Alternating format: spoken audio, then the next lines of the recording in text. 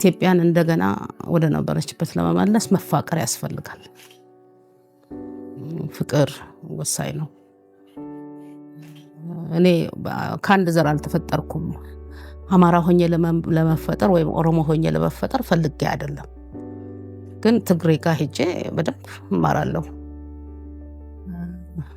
አማራው ጋር ሄጄ እማራለሁ፣ ኦሮሞ ጋር ሄጄ እማራለሁ። እንደገና ሀመር ውስጥ ሄደን የወጌሻ ስራ ሁሉ እንድንማር ተልከናል። ይሄ መተላለፍ ያለበት ይመስለኛል። የኢትዮጵያ ሕዝብ ከዘይት ጀምሮ ባክግራውንዳችን የዘይት ሀብታችንን ሁሉ አስጠፍተውናል። ድሮ የኑግ ዘይት መንደር ውስጥ ተጨምቆ ይሸጥ ነበር። ድሮ የሰሊጥ ዘይት ይሸጥ ነበር። እቤም በሰላም ከላሞች ነበር የምናገኘው። አሁን ነጋዴው ሀብት ለማግኘት ህዝቡን ፈጅቶታል። ሬሳ ሁሉ ከሆስፒታል የወጣውን እንመዘግባለን። እኛ በምን ሞተን ብለን እንጠይቃለንና ሄፓታይተስ በጣም በዝቷል። አሁን ኤችአይቪውን ይፈራል እንጂ ሰው ሄፓታይተስ ነው የፈጀው ብዙውን ህዝብ። ጉበታ እንግዲህ ምንድነው እሱ ይሄንን የሚያስተላልፈው? ከሚጠጣበት ብርጭቆ ጀምሮ ቫይረሱን ያስተላልፍበታል ማለት ነው። ቡና ጠጡም ያስተላልፋል፣ ሆቴሎቹ ያስተላልፋሉ፣ ስጋ ቤቱ ሄፓታይተስ ያስተላልፋል። እጁ ይቆረጣል፣ ደሞ እንትኑ ላይ በቃ እንደዚህ አድርጎ በምግብ ቤቶች ነው ህዝቡን ያበላሸው። የኩላሊቱ ደግሞ የሚጠጡት ውሃ፣ ሰላጣው፣ የአትክልቱ ምክንያቱም የቆዳ መርዝ ከላይ ጀምረ እዚህ አሁን በተለይ አዲስ አበባዎቹ ቆንጆ ቆስጣ ነው የሚበሉት፣ ግን ውስጡ የተመረዘ ነው። ያ ናይትሮጅኑ ከፍ ይላል በሰውነት ውስጥ። ስለዚህ አንጀቱን ኩላሊቱን ዳሜጅ ያደርገዋል፣ ከአቅም በላይ ይሆንበታል። ህፃናት ፌል ሲያደርግ ኩላሊት ምን በልቶ ነው?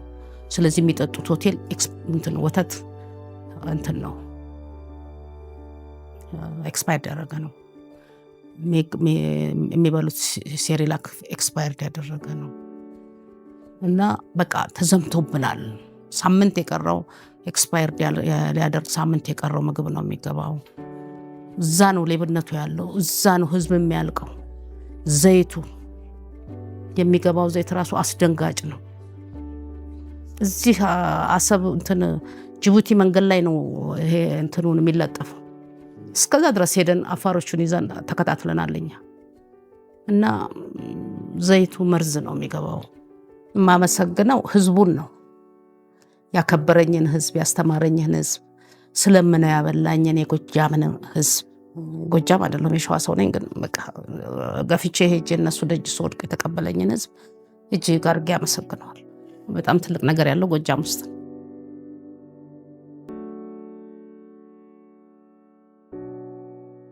የእጽዋት መድኃኒት መዝግቦ መጥፋታቸውንና መኖራቸውን ማረጋገጥ ነው ደብዳቤ። እና ያሉትን የመድኃኒት እጽዋቶች ነው የተማርኩት። በቦታው ላይ ይሄዱ። ደሸት ሊቅ ነው፣ ንጉስ ነው፣ ፍላስፋ ነው። እና እጽዋትን ሁሉንም ስነ ከዋክብትን መዝግቦ ወደ ትውልድ ያስተላልፈ ነው። በሱ ስር የሚኖሩ ዘረደሸቶች ይባላሉ መዝጋቢዎቹ። እና መዝገብን እውቀትን ለትውልድ ያስተላለፈ ታላቅ ሊቅ ነው፣ ኢትዮጵያዊ ነው። መጀመሪያ ሕክምና የጀመርነው በ1988 ነው። 94 ላይ ቢሾፍቱ ሄደን መሰረትን። በሊቃውንት ጉባኤው ታይቶ ነው መሬቱ ወፎች የሚያርፉበት ስለነበር፣ ለከተማውም ለአዲስ አበባም ቅርብ ስለሆነ ለዛ ተብሎ ነበር መሬቱ ታይቶ የተመሰረተው። መድኃኒት እጽዋትን መትከል፣ ትምህርት ማስተላለፍ፣ እውቀት ማስተላለፍ ከትውልድ ትውልድ ነው የሚተላለፈው በቃል በመዝገብ። ጠልሰም ስነ ምህዳር አለው፣ ስነ ከዋክብት አለው፣ ስነ ህይወት አለው። ለምሳሌ አካልን ሙሉውን ያሳይሃል። በጠልሰም ውስጥ የታመምክበትን ቦታ ለማከም ከጠልሰሙ ነው የምናገኝ። ጠልሰሙ እግርህ ውስጥ አለ፣ ውስጥ እግር ላይ አለ። ሰውነታችን በሙሉ ጠልሰም ነው። ስለዚህ እሱን ነው የምንማረው። 8 ዓመት ይፈጃል ትምህርቱ። ባይያዝ አይኖርም ነበር፣ ይጠፋ ነው። በሚስጥር ባይያዝ ይጠፋል። ኤችአይቪው ላይ የቅርብ ጊዜ ነው ኤችአይቪ ግን ለጉበት የምንሰጠውን የቫይረስ መድኃኒት አንቲቫይራል የሆነው እሱን ነው የምንሰጣቸው። ባያድንም የቫይረስ ቁጥሩን ዝቅ ያደርጋል። እንትን ደግሞ ጸታ አድሶን ስንሰጣቸው ሲዲፎራቸውን ከፍ ያደርጋል እና ያኔ መድኃኒት ሳይሰጥ በፊት ወደ አገር መድኃኒት ሳይገባ ከኛ ነበረ ህዝቡ የሚጠቀም። እኔም ብዙ ሰው አክም ነበር በሱ። ግን ማዳን አይደለም በህይወት ማኖር ለሳይንቲስቶች ነው የሰጠሁት እና ኤንአይኤች ላይ ነው የተሰጠ ተሰር 5800 ዘመን ሲተላለፍ የመጣው ህዝብ በሙሉ ያንን ማዕድን ኮድ ያውቃል። እዚህ ዘረደሸት ውስጥ ያለው ጀምረን ነበር ቢሾፍቱ ላይ 30 ተማሪ እናወጣ ነበር። በዚህ ዙሪያ እጽዋት በማሳየት ዘር በማባዛት በቃ የኔ እውቀት እኔ የደረስኩበት ለኔ የተሰጠኝን እውቀት ለተማሪዎቹ በመስጠት ተቋረጠ። እኛ ግን ለሊቃውንት ጉባኤ ነው የምናቀርበው። ጉባኤው ያጸድቃል። ትንሽ ነው ለኢትዮጵያ ህዝብ ትንሽ ነው። ምን ያህል ትልልቆቹ ሊቃውንቶች 81 ናቸው። ለ100 ሚሊዮን በጣም ትንሽ ነው። አሁን ደግሞ እየጎደሉ እየሞቱ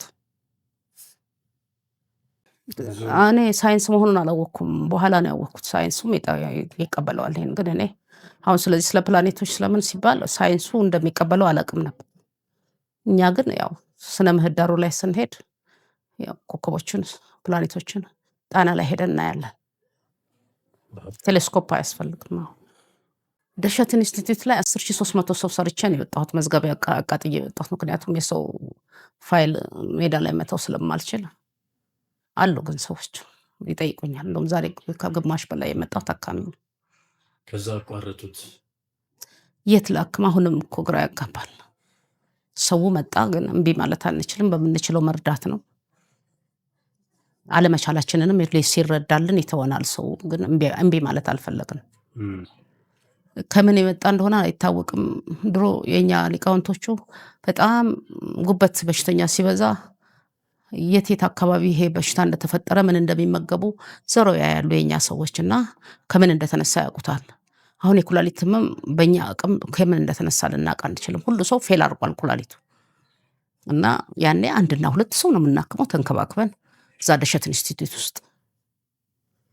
አሁን ግን እንዴት አድርገን ነው የምናደርገው? ይሄን ሁሉ ሰው በድንኳን ነው የምናክመው። በጣም አስደንጋጭ ነው። የካንሰርም ማፍላት ያለብን ባክቴሪያ አለ ሴሉን የሚበላ